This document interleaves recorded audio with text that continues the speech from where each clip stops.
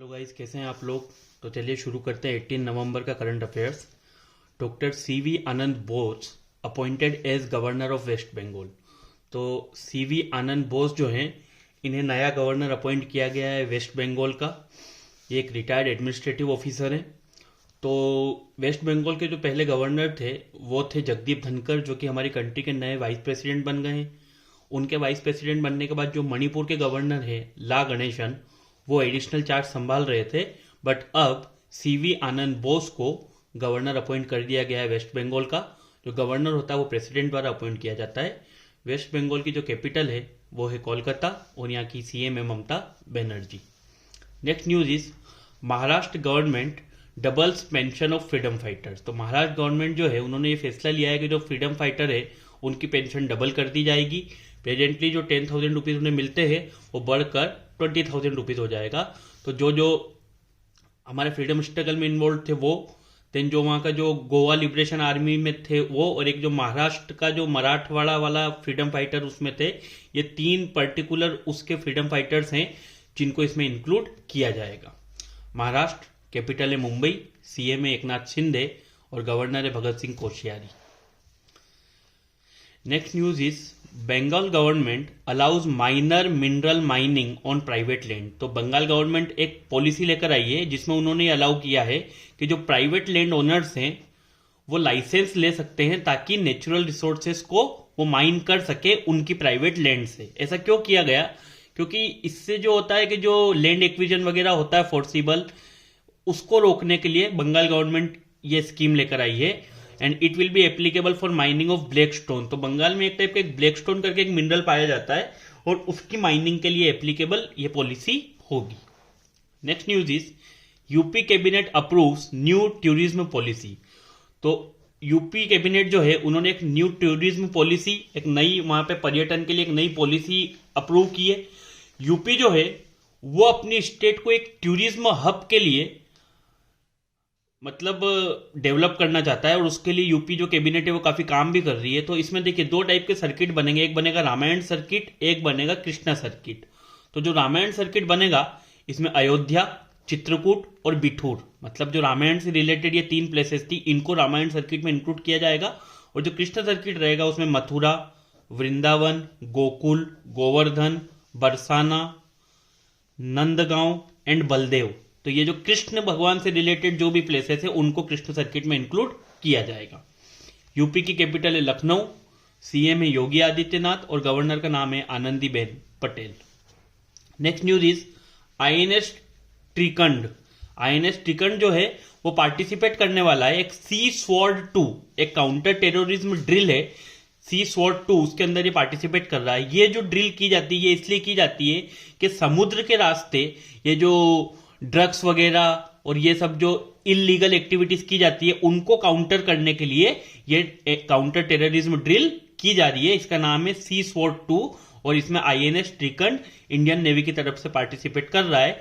और ये जो एक्सरसाइज हो रही है ये नॉर्थ वेस्ट अरेबियन सी में ऑर्गेनाइज की जा रही है। Next news is Arun Kumar Singh to be next head of ONGC. Arun Kumar Singh को हेड चुना गया है ओएनजीसी का, oil and natural gas corporation का। अगर हम बात करें ओएनजीसी की तो ये फाउंड हुआ था 1956 में।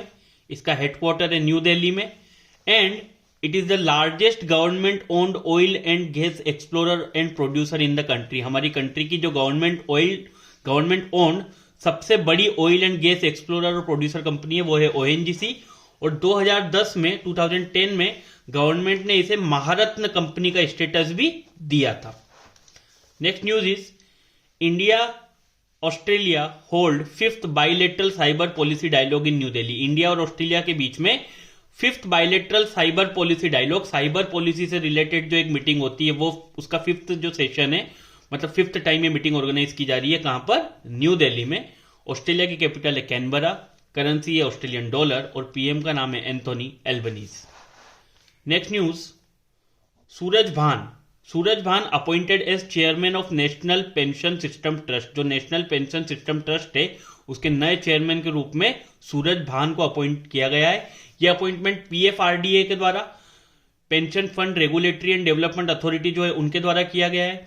ये जो ट्रस्ट होता है नेशनल पेंशन सिस्टम ट्रस्ट, ये रिस्पॉन्सिबल होता है कि जो भी फंड एनपीएस के अंदर, नेशनल पेंशन सिस्टम के अंदर होता है, उसे मैनेज करने का जो काम करता है वो नेशनल पेंशन सिस्टम ट्रस्ट करता है। तो 1 अप्रैल 2004 से ये नेशनल पेंशन सिस्टम जो है ये जो एप्लीकेबल किया गया था। इसके पहले ऐसा था कि एक फिक्स्ड, इसके अंदर जो किया गया न्यू पेंशन सिस्टम आप बोल सकते हैं या फिर नेशनल पेंशन सिस्टम, इसके अंदर जो एक फिक्स्ड पहले था कि आपकी जो आखिरी बेसिक पे है उसका 50% जो रहेगी वो आपकी पेंशन रहेगी, उसे सरकार ने खत्म कर दिया था। तो ये जो एक सीलिंग थी उसे खत्म कर दिया था। एंड अकॉर्डिंग नाउ जितना आपके पास आपके एनपीएस में पैसा इकट्ठा होगा उससे आपकी जो पेंशन जितनी भी बनेगी वो 1 अप्रैल 2004 के बाद जो भी लोग गवर्नमेंट सर्विस में ज्वाइन किए हैं उन्हें उसके अनुसार पेंशन दी जाएगी। फिक्स्ड पेंशन की जो सीलिंग थी वो 1 अप्रैल 2004 के बाद गवर्नमेंट सर्विसेज ज्वाइन करने वाले जो भी है एम्प्लॉइज उन पे एप्लीकेबल नहीं होगी। Next is Abbas Muntashir. तो अब्बास मुंतशिर जो है ये इंडियन बास्केटबॉल आइकॉन है जिनकी डेथ हो गई है। ये पहले ऐसे बास्केटबॉल प्लेयर बने थे हमारी कंट्री से जिन्हें अर्जुन अवार्ड मिला था 1970 में। तो नाम याद रखिएगा, Abbas Muntashir. Next is Homer. तो होमर जो वर्ड है इसे Cambridge dictionaries word of the year के रूप में चुना गया है। ये जो अमेरिका में एक गेम खेला जाता है बेसबॉल, उसमें जो एक होम रन होता है उसके लिए टर्म यूज की जाती है Homer. And it was the top search word on Cambridge dictionary इन 2022 में कैम्ब्रिज डिक्शनरी में सबसे ज्यादा सर्च किया जाने वाला जो वर्ड था वो होमर था। और इसी तरीके से कॉलिंस डिक्शनरी का जो वर्ड ऑफ द ईयर है वो भी याद रखिएगा, परमा crisis. Next is Bandaru Wilson Babu. Bandaru Wilson Babu appointed as the ambassador of India to Comoros. तो एक अफ्रीकन कंट्री है कोमोरोस, वहां पे इंडिया के नए एम्बेसडर के रूप में चुना गया है बंडारू विल्सन बाबू को। कोमोरोस की कैपिटल है मोरोनी और यहाँ की करेंसी है Comorian franc. Next is Phrygian caps unveiled as the Paris 2024 Olympic and Paralympics mascots. तो पेरिस में 2004 में जो ओलंपिक्स और पैरालंपिक्स होने वाले हैं उसके मैस्केट के रूप में, जिसे बोला जाता है शुभांकर एक तरीके से, रीगियन कैप्स जो होती है इन्हें चुना गया है। ये कैप क्या है? ये जो कैप फ्रेंच रिवॉल्यूशन हुई थी 1789 में, उसमें इस कैप को एक सिंबल माना गया था परस्यूट ऑफ लिबर्टी का, मतलब आजादी के एक सिंबल के रूप में इस कैप को प्रेजेंट किया गया था। तो इसी कैप को मैस्कॉट बनाया गया है 2024 पेरिस ओलंपिक्स एंड पैरालंपिक्स के लिए। और जो 2024 में ओलंपिक्स होगा पेरिस में, उसमें ब्रेक डांसिंग जो है उसे पहली बार एक ओलंपिक इवेंट के रूप में शामिल किया जाएगा। 8th Norway India joint working group maritime meeting held.